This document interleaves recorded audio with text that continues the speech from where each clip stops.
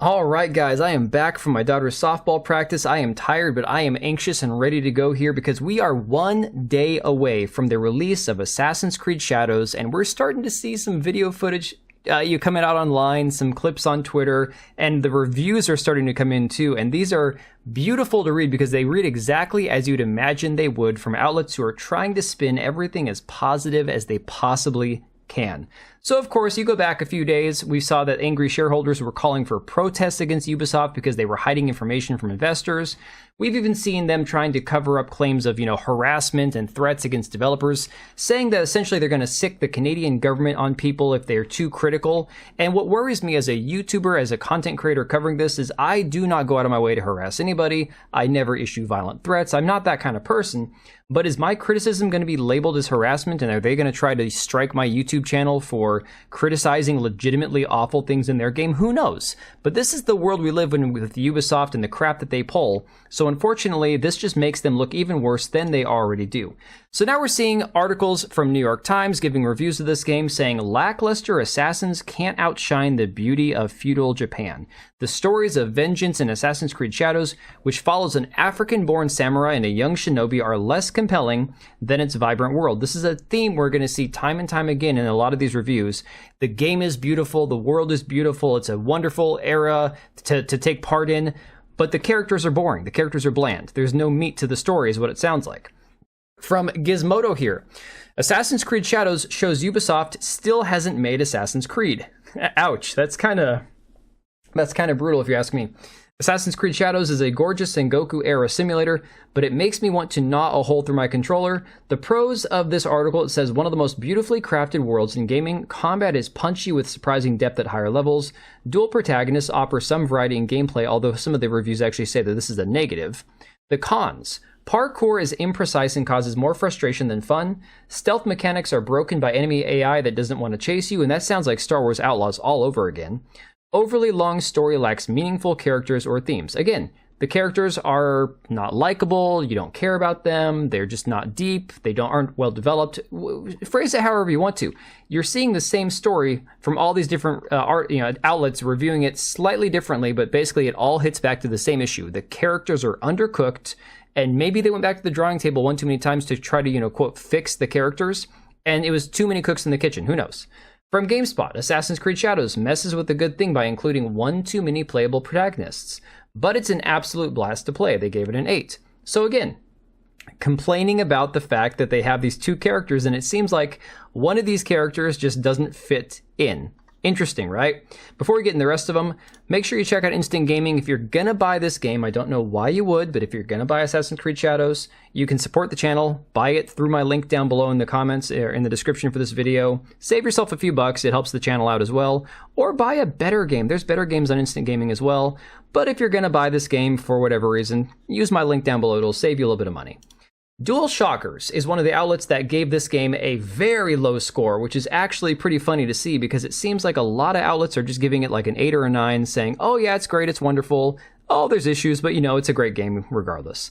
So, Packer Grill here points out that Ubisoft couldn't buy Dual Shockers, who gave it a 55, where they said Assassin's Creed Shadows is a bloated collection of uninspired quests that quickly turn into a repetitive, boring grind. While the art and history teams deserve recognition for their efforts, it's all unfortunately wasted on a narrative that goes nowhere, is poorly explained, and has no satisfying resolutions. I'm going to interject here real quick too. I think a lot of us who played the first 8 or 9 Assassin's Creed games and eventually got bored with them, have complained time and time again that these stories don't matter. The characters don't matter because all the games have become so disconnected from where the origins of the story were that it no longer feels like an Assassin's Creed franchise that you're playing. It's just another generic RPG with characters that you could either take or leave. None of the changes and tweaks that Ubisoft brought to the table move the needle, and the game is ultimately more frustrating than it is fun. This is a game that desperately needed to succeed, and instead it collapses under its own weight. Future Assassin's Creed releases need to innovate instead of being yet another rehash of games that we've already played in different locations. There are other open world games in similar settings that are much more worthy of your time. Ghost of Tsushima, anybody? So she also says, Packer Girl does, seems like they couldn't buy Eurogamer Portugal and Poland either. 65 for Poland, 60 for Portugal, and even inverse. left-wing DEI inverse says Assassin's Creed Shadows is a beautiful, mostly fun game held back by head-scratching design decisions and nagging issues that have plagued the series for over a decade now. While it's far from a bad entry, it's the latest game in the series to fall short of reaching the soaring action highs of the beloved Ezio trilogy or the epic RPG adventure of Assassin's Creed Origins and Odyssey, and they gave it a 70. Very curious. Now, what's funny is you have these shill accounts. The hidden one has like 120,000 subscribers on YouTube, massive account on Twitter. He thinks that everything's great. Anything Ubisoft puts out, he seems to defend, to the death at this point. But he's like, this DualShockers review has got to be studied because they gave Valhalla a 90, Odyssey a 90, Origins an 85, but Shadows a 55.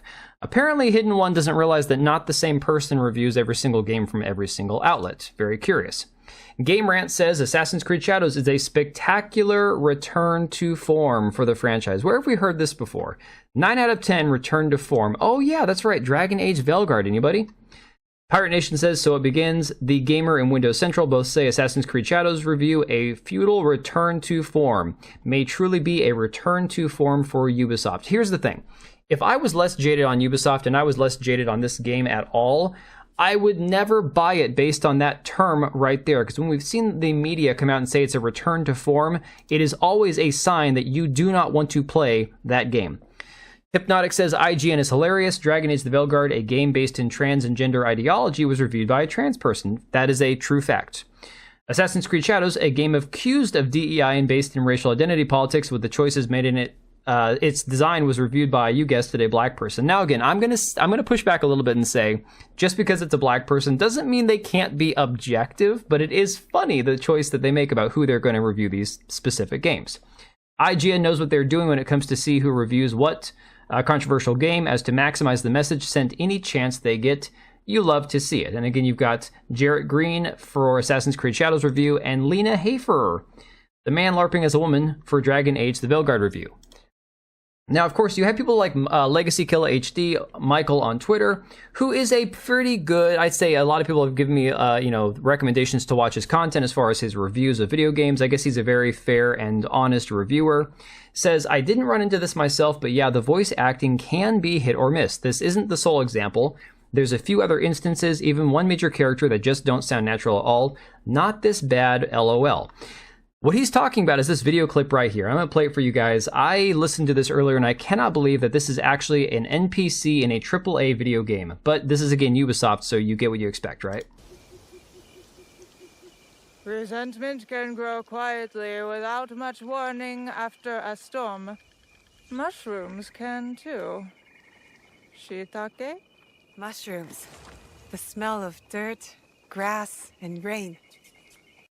I want to believe that that's not real, but unfortunately, a lot of people have said, yeah, this is legit, there's no community note, this is actually a thing in the game. Of course, when he has criticized this game, he also has these people attacking him online for simply saying the game isn't as great as a lot of people are saying it is. Said, I didn't enjoy Assassin's Creed Shadows, combat and exploration felt restrictive and unbalanced, story mostly boring.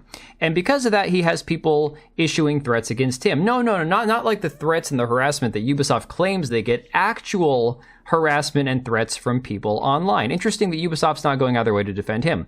Hidden One, again, Ubisoft Shill, says one of the biggest frustrations with parkour in Assassin's Creed Shadows is the inability to back eject directly onto a roof. Instead, you're forced to catch the ledge, which feels unnecessarily restrictive and disrupts the flow of movement entirely. Sometimes, Naue can do some crazy backflip back eject, but you'd need to be a certain height for it to happen. So again, not a polished game. Again, if the selling point of this game is the parkour, then you'd expect the parkour to be polished. But again, remember, I believe it's something like 50% of the people working on this game have never worked on a AAA video game before, and this is like their first hands-on experience working on a game of this level. Another reviewer, Cami, says, the things I didn't like, and I'm not going to go through his whole thread because he's got a long list of things. Things I did not like. My biggest issues with the game are the English voiceover and the fact that Yasuke is restricted from accessing sync points. It sounds small, but these are some pretty glaring issues when you're actually playing. Hopefully Ubisoft can address these soon. The story has its moments, but with all the flashbacks and wide array of characters, it can be hard to follow and feels a little all over the place. There's a canon mode, which presents the story to you in a more linear fashion, but sadly I didn't get a chance to experiment with that. Still, this is the default experience, so I'm judging it based on that. The game does still have some bugs to work out, not as bad as Valhalla or Odyssey at launch, but definitely enough to where it was noticeable. Most of it is just your usual open world jank like NPCs getting stuck, texture flickering, silly stuff like that. Again, I understand some jank, especially with a title of this size, are going to happen. However, it's not just this one guy or two guys pointing out that there are some issues. You've even got this one, Shirako Gaming on Twitter, who got a review copy, saying the game is fun, but again, that there's some issues with the game. So, of course, in this interaction with Endymion, who said, quoted him and said, the story is great until you get to the dual protagonist, he asked him, so is the opening good because you're locked into one here, but once you're given the option, it's bad? It's a genuine question, by the way. What does this mean? Shirako responds and said, the story loses focus and pacing gets much worse. Although the dual protagonist design allows for better replayability, I personally enjoy a strong narrative that has some emotional impact on me. Yasuke has a great story, but most of it's told in flashbacks, with his true motive for doing everything being revealed literally at the end of the game.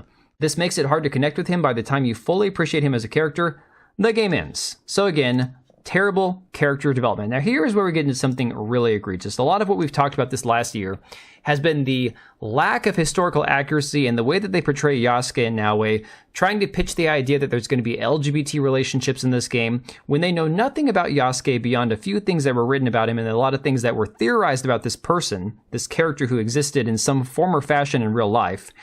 And now they have him engaging in a relationship with Oda Nobunaga's sister. Yes, I am not even kidding.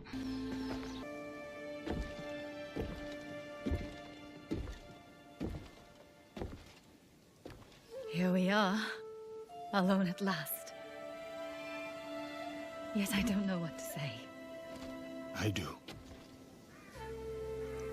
Someone once said it like this. You are a daimyo's daughter, and I am just a samurai. Not just. Never just.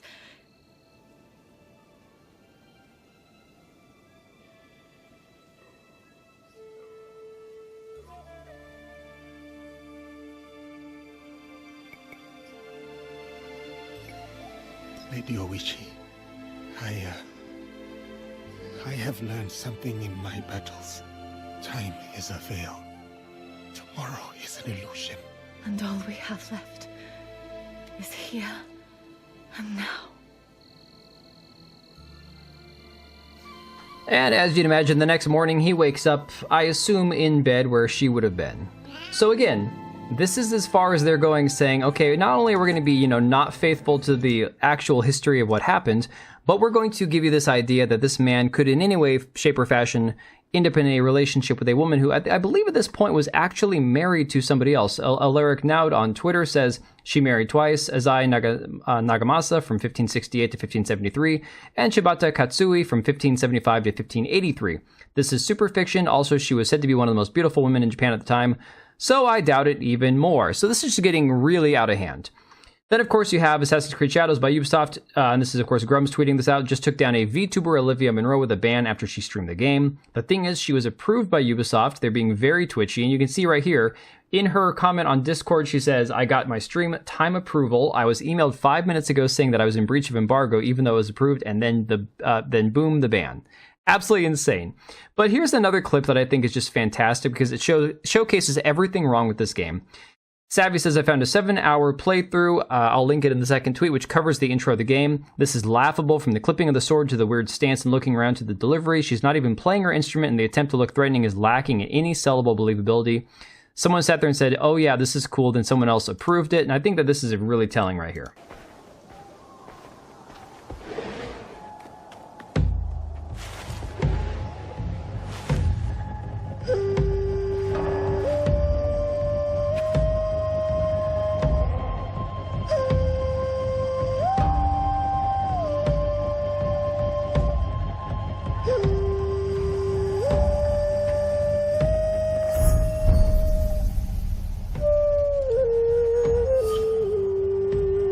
Who are you?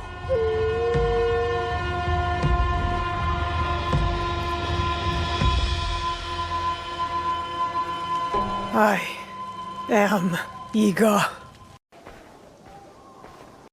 I mean, here's the thing. I've said before and I'll say it again. A lot of times you'll have cringe voice acting in video games because it's just kind of the nature of, you know, how things are. You're always going to have one or two lines in a game where you kind of cringe and go, okay, that was awful.